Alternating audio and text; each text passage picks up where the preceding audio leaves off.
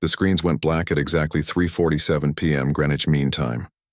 Every television, every smartphone, every computer monitor on Earth died for 3 seconds. Then they all came back on at once, showing the same image. Commander Daewon was in the United Earth Defense Force headquarters when it happened. He had been reviewing supply reports, drinking his third coffee of the day, when his computer screen flickered. He looked up and saw his entire command center frozen, staring at their monitors.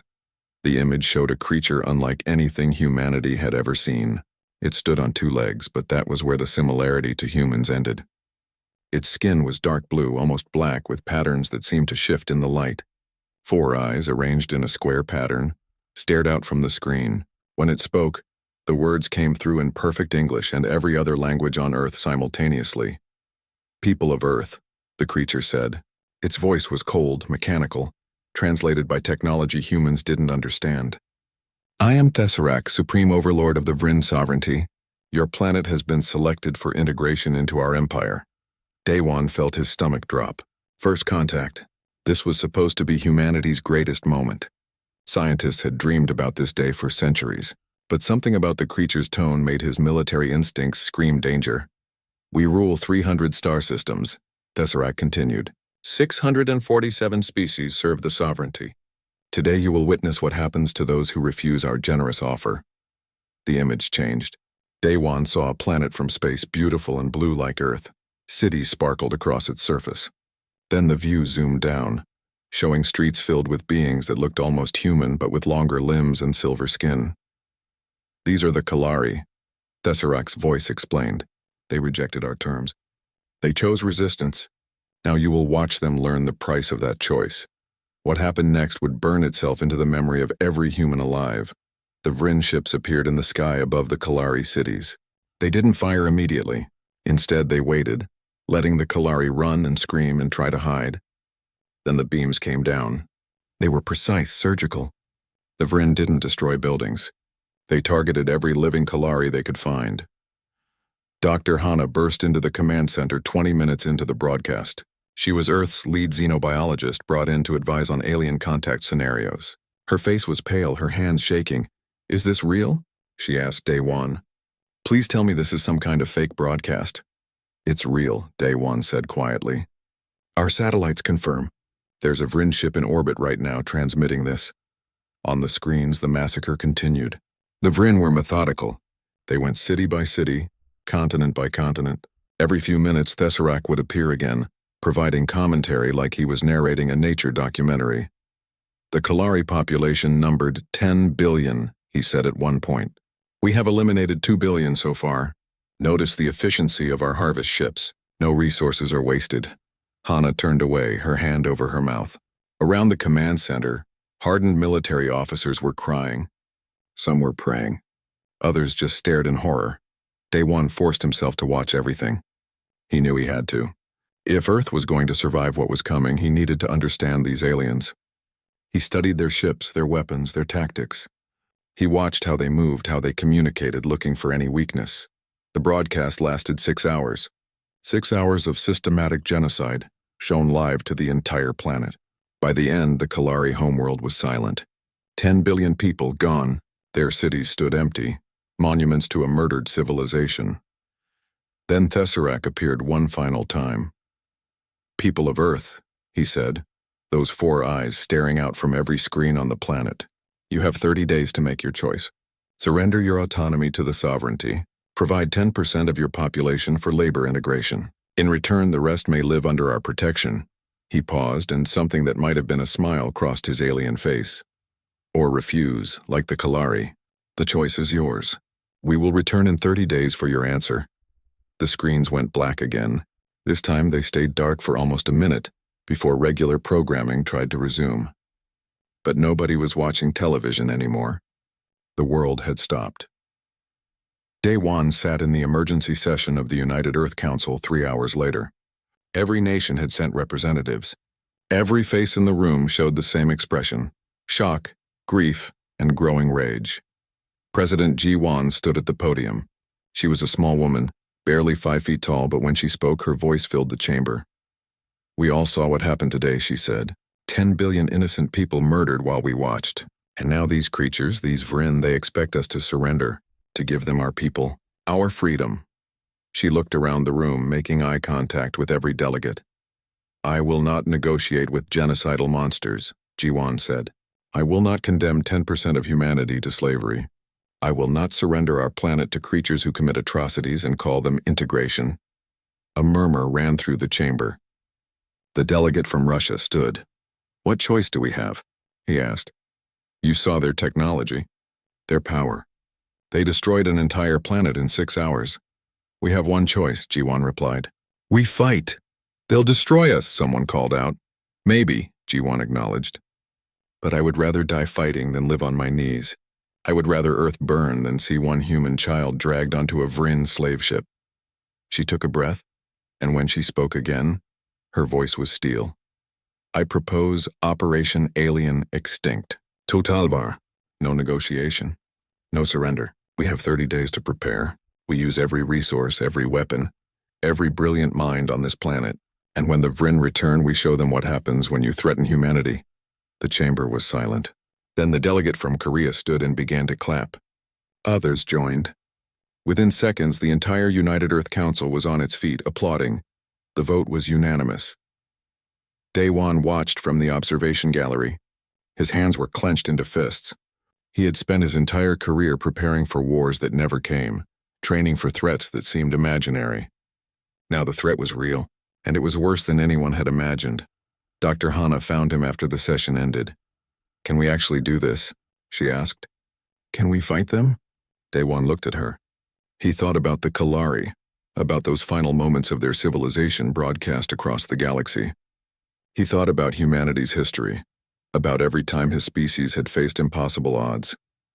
I don't know if we can win, he said honestly, but I know we can make them regret ever finding Earth. Around the world, the same conversation was happening. In homes and bars, in military bases and research facilities, humanity was making a choice. Fear was turning into anger. Despair was hardening into determination. The Vryn had made a mistake. They had shown humanity exactly what they were capable of. They thought it would inspire surrender. Instead, it ignited something far more dangerous. 30 days. 30 days to turn a planet of separate nations into a unified war machine. 30 days to find a way to fight an empire that spanned the stars. 30 days to prepare for a battle that would decide whether humanity lived free or died fighting.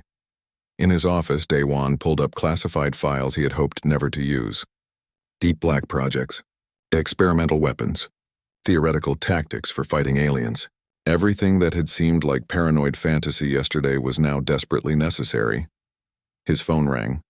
It was Admiral Tae Yang, his old instructor from the military academy. Commander, the Admiral said, I need you in the Pacific. There's something you need to see. Something we've been building just in case. Just in case of what? Taewon asked. Just in case someone decided to threaten Earth, Tae Yang replied. Get on a plane. Operation Alien Extinct starts now. Daewon grabbed his jacket and headed for the door. Behind him on the screen, the last image of the Kalari homeworld remained frozen. A reminder. A motivation. A promise. The Vryn would return in 30 days. Humanity would be ready. The submarine descended for 3 hours before reaching the facility. Daewon watched through the small window as darkness swallowed everything. They were going deeper than any civilian vessel could travel, down to a part of the Pacific Ocean that didn't exist on any public map. Admiral Tai Yang sat across from him, silent for most of the journey. The old man had aged since Daewon last saw him, but his eyes were still sharp, still calculating. How long has this place existed? Daewon finally asked. 27 years, Tai Yang replied. Since the WOW signal. Since we realized we might not be alone in the universe. Some people thought we should prepare for friends. I thought we should prepare for enemies. The submarine docked with a hollow clang. Doors opened, revealing a massive underwater facility carved into the ocean floor. Lights stretched away in every direction, illuminating corridors and chambers that seemed to go on forever. Welcome to Prometheus Base, Tae Yang said. Welcome to humanity's insurance policy. Daewon followed the Admiral through corridors filled with people. Scientists, engineers, soldiers, all moving with urgent purpose. The facility was huge, easily housing thousands. How had this stayed secret? We recruited from every nation, Tae Yang explained, reading his thoughts. The best minds, the best warriors, people who could keep secrets, people who understood that humanity needed a backup plan. They entered a command center that made Daewon's headquarters look primitive. Holographic displays showed Earth from orbit, tracking the single Vryn ship that waited above the planet like a patient predator. Other screens showed designs for weapons, ships, and technology that seemed decades ahead of anything Daewon knew existed. For 30 years, we've been developing one thing, Taeyang said. Ways to fight enemies more advanced than us. Ways to win when victory should be impossible. He pulled up a display showing sleek ships unlike anything in Earth's current space fleet. Meet the Revenge-class corvettes. Stealth capabilities beyond anything the Vryn have encountered. We've been tracking their ships' sensor sweeps. They're powerful but predictable. These corvettes can slip past them. How many do we have? Daewon asked. 12. Not enough for a war, but enough for a statement. Over the next 3 days, Daewon met the people who would form the core of Operation Alien Extinct. Each one had been selected carefully, brought to Prometheus Base and told the truth. Earth had enemies out there, and someday, humanity would need to fight. Captain Hyunwoo was the first pilot Daewon interviewed. The young man had been flying experimental craft for 5 years, testing ships that officially didn't exist. I can fly anything, Hyunwoo said confidently. Human-alien doesn't matter. Give me a cockpit and I'll make it dance. The Vryn ships are faster than ours, Daewon pointed out. Speed isn't everything, Hyunwoo replied with a grin. They fly like they're invincible, like they've never had to dodge or weave or fight for their lives. I've been training for combat in 3 dimensions my entire career. Let's see how good they really are. Lieutenant Sujin was different. She was quiet, efficient, deadly. Her file showed she had trained in 17 different combat systems, mastered zero-gravity fighting, and led black operations missions that remained classified even here. Can you board a Vryn ship? Daewon asked her directly. I can board anything with an airlock, Sujin replied. The question is whether I can take it intact. I need their technology, Daewon said. I need prisoners for interrogation. I need intelligence, Sujin nodded once. Then I'll get you all 3. Engineer Jae-hyun was young, barely 25. But his mind worked differently than anyone Daewon had ever met. Within hours of seeing Vryn technology from the broadcast, he had started sketching out theories about how it worked. Their power systems use quantum entanglement, Jae-hyun explained, his hands moving rapidly over holographic diagrams. It's elegant, efficient, but rigid. They've optimized everything for stability. That means there's no flexibility, no room for adaptation. And that helps us how? Daewon asked. It means we can be creative, Jae-hyun said, grinning. They've spent centuries making perfect systems. We've spent centuries making systems that work even when everything goes wrong. In a fair fight, they win. But who says we have to fight fair? Dr. Hana had been brought to Prometheus Base along with Daewon. Her expertise in biology was crucial. She had spent the past 3 days analyzing every frame of the Vryn broadcast, studying their physiology, looking for weaknesses. They have cybernetic implants, she explained, showing Daewon microscopic images she'd enhanced from the broadcast, neural interfaces connecting their brains directly to their technology. It makes them efficient, but it's also a vulnerability. Explain, Daewon said. Hit them with the right electromagnetic frequency and those implants will overload, Hana said. We're running simulations now. If we can develop a weapon that targets their neural interface, we might be able to disable them without killing them. Why would we want to disable them? Someone asked. Hana looked up, her expression serious. Because genocide is what they do. We need to be better than that. We can fight to win without becoming what we hate. The final member of the core team was Intelligence Officer Min Seo. She had spent her entire career in signals intelligence, intercepting and decoding messages that people tried to keep secret. Now she was working on the Vryn language. They're not as careful as they think, Min Seo explained, showing intercepted transmissions from the Vryn ship in orbit. They broadcast constantly, updating their command, reporting on Earth's military movements. They think we can't understand them. Can we? Daewon asked. Not yet, but I'm learning. Their language is mathematical, structured. Give me 2 weeks and I'll be able to understand basic communications. Give me 4 weeks and I'll be able to predict their fleet movements before they make them. Daewon assembled his team in a secure briefing room. 7 people, including himself. 7 people who would try to strike the first blow against an empire that controlled 300 star systems. We have 24 days until the Vryn deadline, Daewon said. But we're not waiting. In 5 days, we launch the first attack. He pulled up a star map showing the nearest star system beyond Earth's sun. This is the Vryn monitoring station. It's 3 light-years away, watching 50 systems, including ours. If we're going to fight this war, we start by cutting off their eyes. 1 station against 12 ships, Hyunwoo said thoughtfully. I like those odds. We go in fast, hit hard, and get out, Daewon continued. Sujin, you lead the boarding team. I want prisoners. I want their computers intact. I want every piece of intelligence we can grab. Understood, Sujin said. Jae-hyun, you'll analyze everything we capture. Find their weaknesses. Find ways to hack their systems. The engineer nodded eagerly.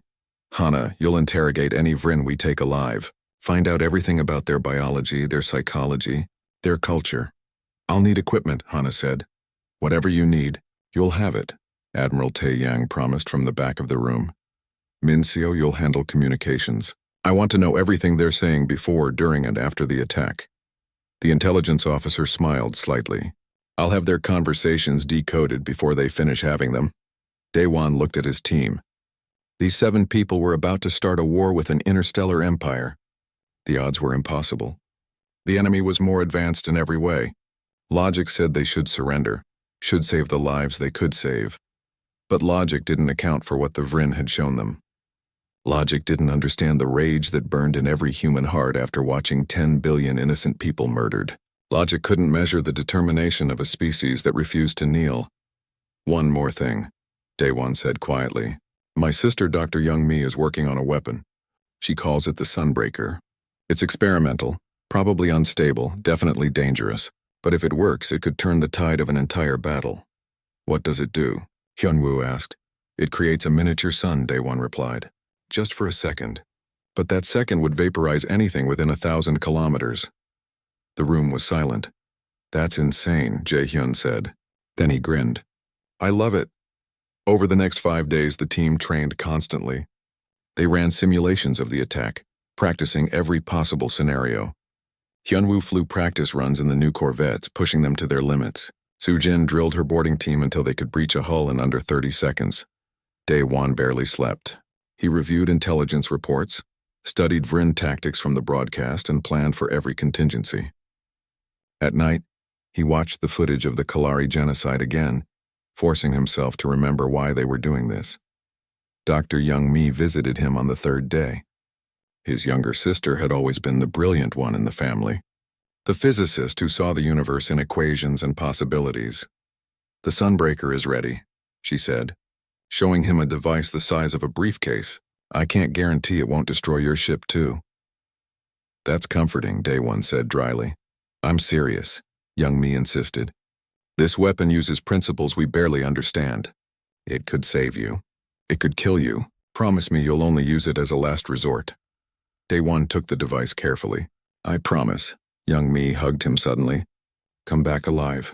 Mom already lost Dad, she can't lose you too. I'll do my best, Daewon said softly. The journey through hyperspace felt like falling through a tunnel of light. Daewon gripped the arms of his command chair as Seoul's Vengeance dropped back into normal space 3 light-years from Earth. Around him, 11 other corvettes materialized silently, their stealth systems already active. Sensors clear, Min-seo reported from her station. They haven't detected us yet.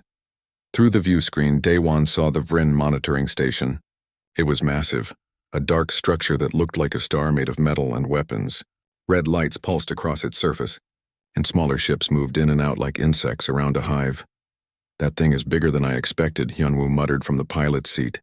Scan it, Daewon ordered. I want to know everything. Weapons, shields, weak points, all of it. The crew worked in focused silence. Daewon watched the data stream across his displays. The station had enough firepower to destroy a small fleet. Its shields could withstand sustained bombardment. 12 corvettes shouldn't be able to touch it. Good thing they weren't planning to fight fair. I've identified their communications array, Min-seo said. It's on the northern section, minimally defended. If we take that out first, they can't call for help. Weak point in the shield generators, Jae-hyun added, his fingers flying over holographic controls. See this section here? The shields overlap, but there's a gap for 0.3 seconds every time they cycle. It's tiny, but if we time it perfectly, We can slip through, Daewon finished. He looked at Sujin, who was checking her equipment with her usual calm efficiency. How many people in your boarding team? 20, Sujin replied. Enough to take the command center and hold it long enough to extract prisoners and data. Daewon nodded. All ships, this is Seoul's vengeance. You know the plan. Hyunwoo leads the fighter screen. Keep them confused and off balance. Sujin breaches during the chaos. The rest of us provide cover. We have one shot at this. Make it count, Commander, Hana said quietly from beside him. Remember, we need prisoners alive. We need to understand them. I remember, Daewon assured her. Then louder, all ships attack formation. Begin the operation in 3, 2, 1, now. Seoul's vengeance shot forward, accelerating hard. The other corvettes spread out, each one moving toward their assigned targets. For 30 seconds, the Vrin station didn't react. They weren't expecting an attack. They had never been attacked before. Then every alarm on the station must have started screaming at once. Hyunwoo peeled away from the main formation, his corvette dancing through space like a knife through water. 2 Vrin patrol ships moved to intercept him. He waited until the last second, then flipped his ship end over end, his weapons blazing. The first Vrin ship exploded. The second one tried to turn, but Hyunwoo was already behind it, his guns tearing through its engines. This is too easy, Hyunwoo shouted over the comm. They fly like they're on parade. Don't get cocky, Daewon warned, but he was smiling. The pilot was right. The Vrin flew in perfect formations, predictable patterns. They had never learned to be creative because they had never needed to be. Seoul's vengeance reached the communications array. Daewon locked weapons and fired. The entire northern section of the station exploded in a flash of light. Now the Vrin couldn't call for reinforcements. They were alone, cut off, and under attack by an enemy they didn't understand. Shield gap opening in 5 seconds. Jae-hyun announced. 4, 3, 2, 1, now. 3 corvettes, including Sujin's transport, shot through the microscopic gap in the shields. They attached to the station's hull like parasites. Daewon watched on his screen as Sujin's team cut through the outer airlock in 28 seconds. Exactly as they had practiced. We're in. Sujin's voice came through the comm, calm and professional. Encountering resistance? Engaging. Daewon could only imagine what was happening inside that station. Sujin and her team were fighting room to room, corridor to corridor against enemies who had better weapons and armor. But the humans had something the Vrin didn't. They had trained for this their entire lives. Outside, the battle continued. More Vrin ships launched from the station, trying to organize a defense. But Hyunwoo and the other pilots were everywhere at once, striking from unexpected angles, never staying still long enough to be targeted. Multiple contacts launching from the station's main bay, Minseo warned. 20 ships, no 30. They're trying to swarm us. All ships, defensive formation around the breach point, Daewon ordered. We don't leave until Sujin gets what we came for. Seoul's vengeance spun, its weapons tracking multiple targets. Daewon's crew worked with practiced precision, calling out targets and coordinating fire. A Vrin fighter exploded to their left. Another one to their right, but there were so many and they kept coming. Hull breach on deck 3, someone shouted. They're trying to board us. Seal that section, Daewon ordered. Security team, repel boarders. We are not losing this ship. Inside the station, Sujin reached the command center. She had lost 3 people getting there, but her team had fought with brutal efficiency. The door was sealed, made of metal that their cutting tools couldn't penetrate quickly. Jae-hyun, I need this door open, she said into her comm. Working on it, the engineer replied from Seoul's vengeance. He was trying to hack into the station systems remotely, using the access point Sujin's team had established. Their security is... Actually, it's not as good as I thought. Give me 30 seconds. Those 30 seconds felt like hours. Sujin and her team held the corridor as Vrin soldiers tried to force them back. The aliens were bigger, stronger, their weapons more powerful.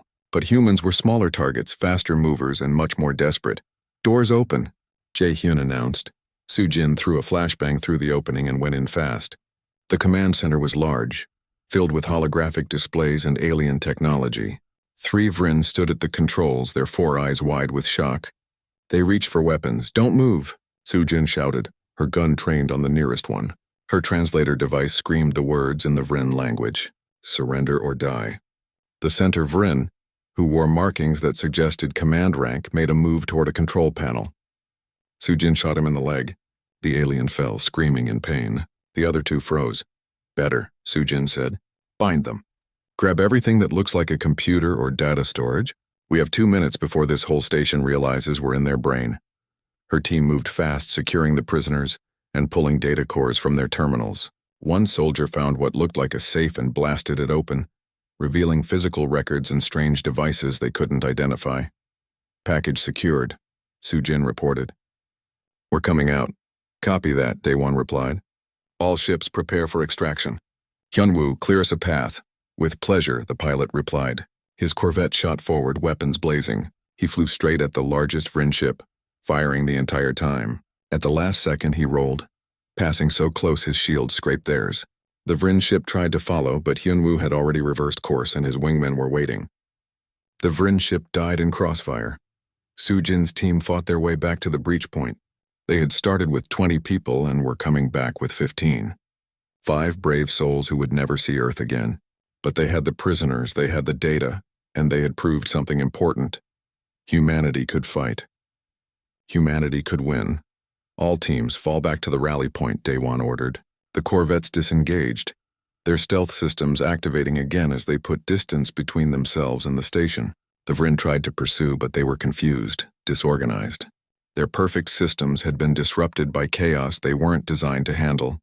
20 minutes later, all 12 corvettes jumped back into hyperspace, leaving the crippled station behind.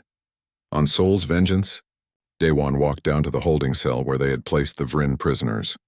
There were 2 of them, including the commander Sujin had shot. Dr. Hana was already there, studying them with scientific interest.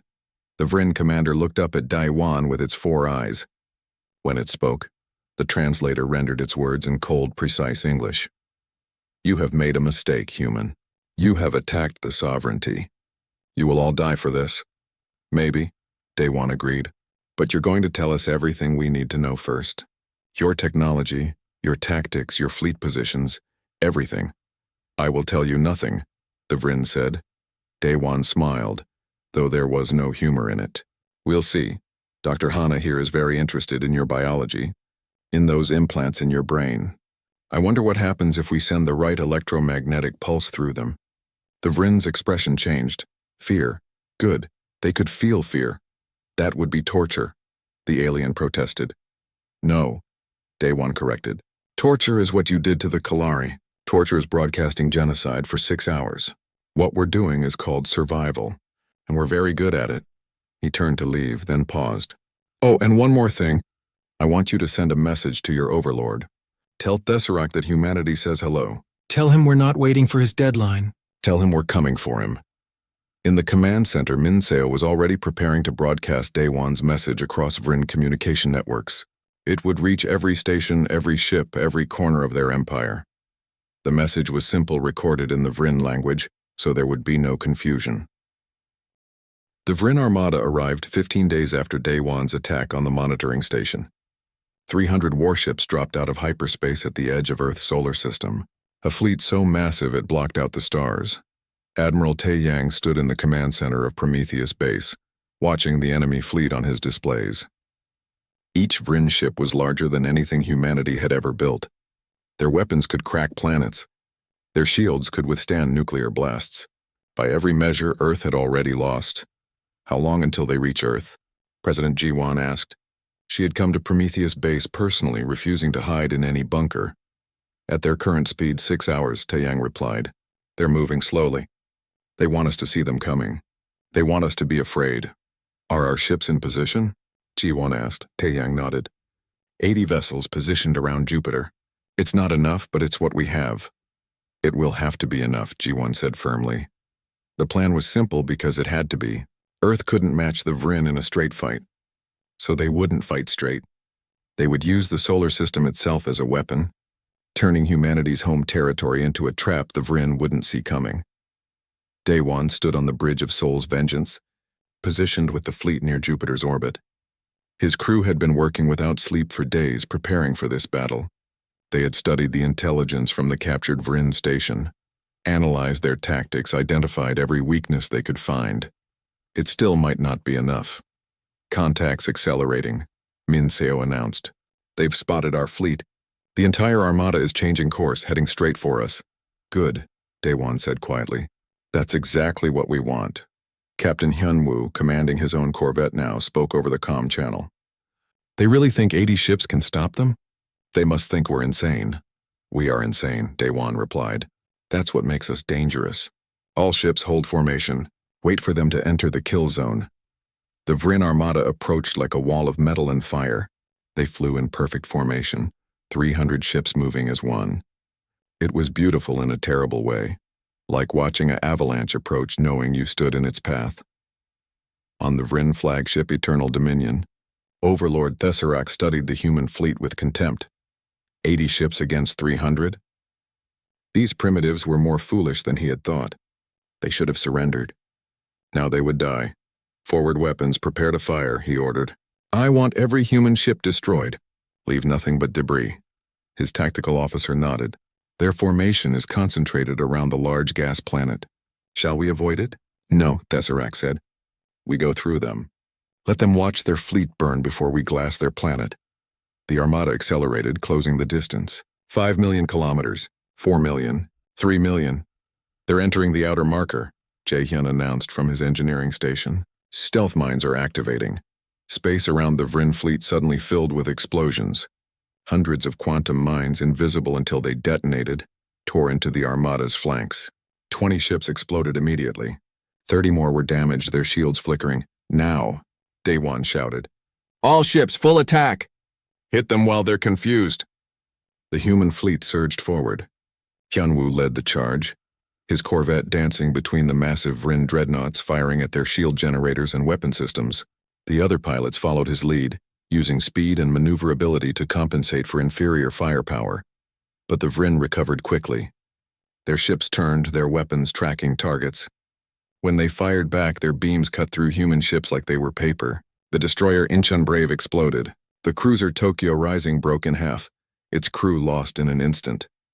We're losing ships too fast, Admiral Tae-yang said from Prometheus Base.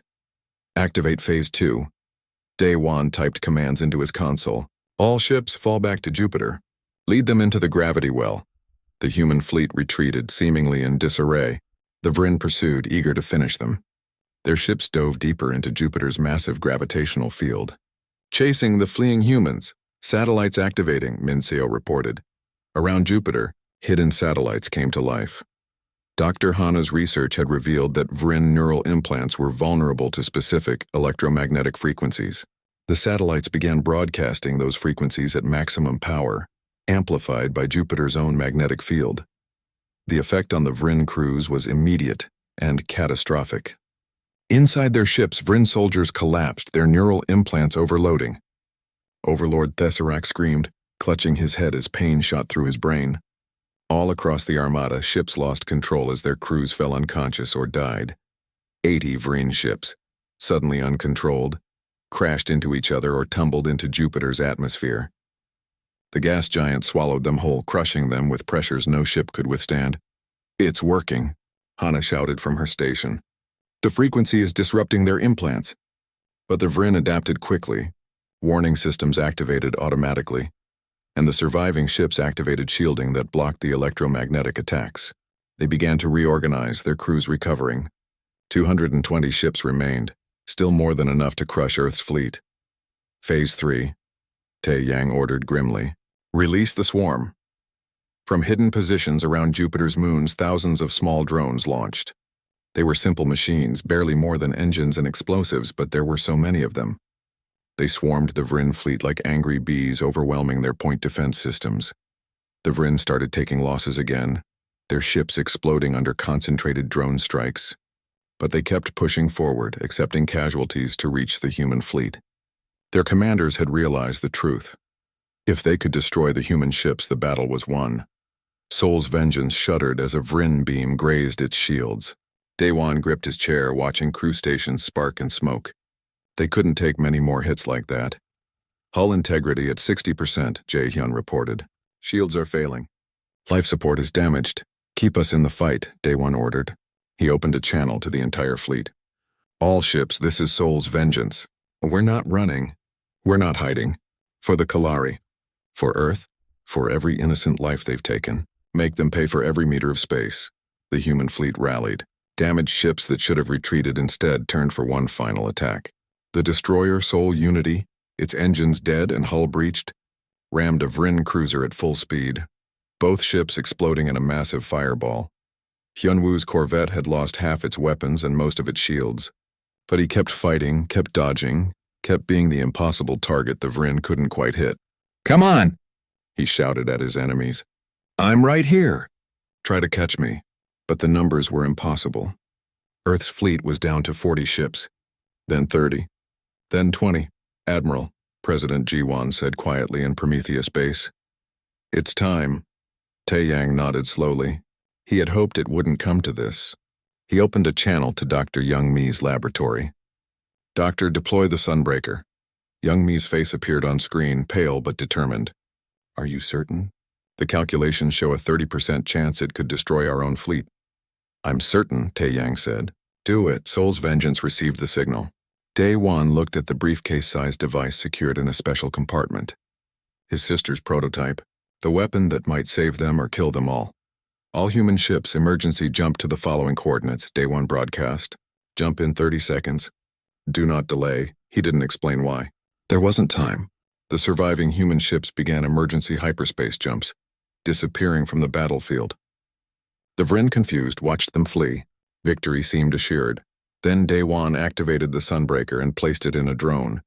The drone shot forward, directly into the center of the Vryn formation. "Jump now!" Jae-hyun shouted. Sol's Vengeance jumped to hyperspace 1 second before the Sunbreaker detonated. For a brief moment, a new sun appeared in Jupiter's orbit. The fusion reaction consumed everything within 1,000 kilometers. 100 Vryn ships simply ceased to exist, vaporized instantly. Another 50 were crippled by the heat and radiation. When the human fleet returned to normal space, they found a battlefield transformed. Only 70 Vryn ships remained functional, and they were scattered, disorganized, their formations shattered. "All ships," Daewon ordered, his voice hoarse. "One more push. End this." The human fleet, now numbering only 18 ships, charged the surviving Vryn vessels. They were outnumbered, outgunned, running on damaged systems and pure determination. But the Vryn were shaken, their confidence broken. These humans had done the impossible again and again. Then Eternal Dominion, the Vryn flagship, emerged from behind a crippled dreadnought. It was enormous, 5 times the size of Sol's Vengeance, and it was heading straight for Daewon's ship. "Incoming transmission," Minseo said. Overlord Thesserac's face appeared on screen. 3 of his 4 eyes were damaged, bleeding, but hatred burned in the remaining eye. "You," he said, recognizing Daewon. "You did this. You primitive, insignificant creature. I will kill you personally." "You can try," Daewon replied. "But you made a mistake, Overlord. You showed us what you are. You gave us a reason to fight. And humans are very good at fighting when we have a reason. Your ship is damaged. Your fleet is destroyed. You have nothing left," Daewon smiled. "I have everything I need." 3 months after the Battle of Jupiter, Admiral Taeyang stood on the bridge of humanity's newest flagship, the Daewon's Legacy. It was built using captured Vryn technology, improved by human engineering, and powered by determination that wouldn't quit. Around him, a fleet of 200 ships prepared for the next phase of Operation Alien Extinct. Earth hadn't stopped building after the Vryn retreated. Every nation had contributed resources. Every factory had been converted to war production. Humanity had learned something important. The galaxy was dangerous, and only strength would keep them free. "Admiral, we're receiving signals from the Kalari system," Minseo reported from her station. She had survived the Battle of Jupiter in one of the few ships that escaped. Now she served as the fleet's chief intelligence officer. "Multiple species are broadcasting messages. They're calling it a rebellion." Taeyang allowed himself a small smile. "The Vryn showed the galaxy what happens when you resist. We showed them what happens when you fight back. It seems others are learning the lesson." Captain Hyunwoo, now commanding his own battle group, appeared on the comm screen. He had been promoted 3 times in 3 months, his tactical genius recognized and rewarded. "Admiral, my scouts report Vryn forces retreating from 6 systems. They're abandoning entire planets." "They're afraid," Taeyang said. "Good, let them be afraid. For centuries they spread fear across the galaxy. Now it's their turn to feel it." On Earth, Dr. Hana worked with representatives from 12 different alien species. They had come to Earth seeking alliance, seeking hope, seeking the humans who had accomplished the impossible. The Vryn Empire was collapsing, and species that had been enslaved for generations were fighting for freedom. "The Kalari survivors want to meet with you," one of the aliens said. It was a small creature with silver skin, one of only 1,000,000 Kalari who had survived the genocide. "They call your people saviors." "We're not saviors," Hana replied gently. "We just did what anyone should do when they witness evil. We stood up and fought back." "Most species didn't," the Kalari said quietly. "Most species looked away, or surrendered, or tried to appease the Vryn. You alone said no." Hana thought about Commander Daewon, about the thousands who had died in the Battle of Jupiter, about the price humanity had paid for that single word. "No, come with me," she said. "There's something you should see." She took the Kalari and the other alien representatives to the memorial that had been built in orbit of Earth. It was a massive structure, visible from the surface, containing the names of every Kalari who had died in the genocide. Below those names were the names of the humans who had died fighting to avenge them. "We remember," Hana said simply. "We will always remember." Meanwhile, the human fleet was moving deep into former Vryn territory. Their mission was clear: liberate occupied worlds, capture Vryn leadership, and dismantle the Empire piece by piece. Not through genocide, humanity had been very clear about that, but through justice. Lieutenant Su Jin, now a colonel, led ground forces on the liberation missions. Her teams moved from planet to planet, freeing slave populations and securing Vryn military installations. The Vryn soldiers they encountered were often surprised when humans took them prisoner instead of executing them. "Why do you spare us?" one captured Vryn officer asked Su Jin. "We showed you no mercy." "Because we're not you," Su Jin replied. "We fight to win, but we don't fight to become monsters. You'll face trial for your crimes. That's justice. Killing you here would just be revenge." The officer looked at her with confusion. The concept seemed foreign to Vryn thinking. "Your empire survived by making examples of entire species," Su Jin continued. "You thought fear would keep you in power forever. But fear only works until someone stops being afraid. We stopped being afraid the moment you broadcast that genocide. You showed us your worst, and we decided we'd rather die than submit to it." 6 months after the Battle of Jupiter, Admiral Taeyang's fleet reached the Vryn homeworld. It was a dark planet, heavily industrialized, surrounded by defense stations that had once seemed impregnable. Now they were silent, their crews having abandoned them when they saw the human fleet approach. "Broadcasting on all frequencies," Mincio announced. "Admiral, you're on." Taeyang looked at the camera, knowing his words would be heard across the entire Vryn homeworld. When he spoke, it was in the Vryn language, translated perfectly by the systems humanity had captured and improved. "People of the Vryn sovereignty," he began. "Your empire is ended. Your fleets are destroyed or scattered. Your overlord is dead, killed by a human commander who chose to sacrifice himself to end the tyranny you spread across 300 worlds. He paused, letting the words sink in. "We could destroy your planet. We have the weapons. We have the justification. You murdered 10 billion innocent beings and broadcast it to the galaxy. No court would convict us for ending you. On the Vryn homeworld, billions watched and listened, expecting death. But we won't," Taeyang continued, "because we fight for justice, not vengeance. Your leadership will face trial. Your military will be dismantled. Your territory will be freed, but your people will live, confined to the system, under galactic supervision. You will have the chance to become something better than you were. That's more mercy than you ever showed anyone else." 3 weeks later, the trials began. They were held on Earth, broadcast across the galaxy so every species could witness justice being done. The surviving Vryn High Command sat in courts designed by dozens of species, facing judges from worlds they had oppressed. Dr. Hana testified about the Kalari genocide, presenting evidence that made even hardened diplomats weep. Su Jin testified about Vryn military operations, about the systematic cruelty that had been standard procedure. Engineer Jae Hyun, who had survived the Battle of Jupiter, presented technical evidence showing the Vryn had the capability to occupy worlds without killing billions, but had chosen genocide as a tool of terror. The trials lasted 3 months. The verdicts were unanimous. The Vryn leadership was found guilty of crimes against sentient life on a scale the galaxy had never seen. Their punishment was permanent exile on a remote world under surveillance, where they would live with what they had done but could never harm anyone again. A year after the Battle of Jupiter, representatives from 200 species gathered on Earth for a historic meeting. President Ji-wan, now leading not just Earth but the movement for a new galactic order, stood before them. "We have a choice," she said. "We can return to the old ways where the strong dominated the weak, where fear ruled, where genocide was an acceptable tool of empire. Or we can create something new." She gestured to the holographic display showing star systems across the galaxy. "I propose the Galactic Commonwealth, a federation of free worlds where no species holds dominance, where disputes are settled through diplomacy, not war, where every world has a voice regardless of their military power." There was silence. Then the Kalari representative stood. "The Kalari people support this proposal. We learned what happens in a galaxy without justice. We will not let that happen again." One by one, other species stood. Some were former Vryn subjects grateful for freedom. Others were neutral powers who had watched the Vryn's tyranny and done nothing, now ashamed of their silence. All of them recognized that Earth had shown them a different way.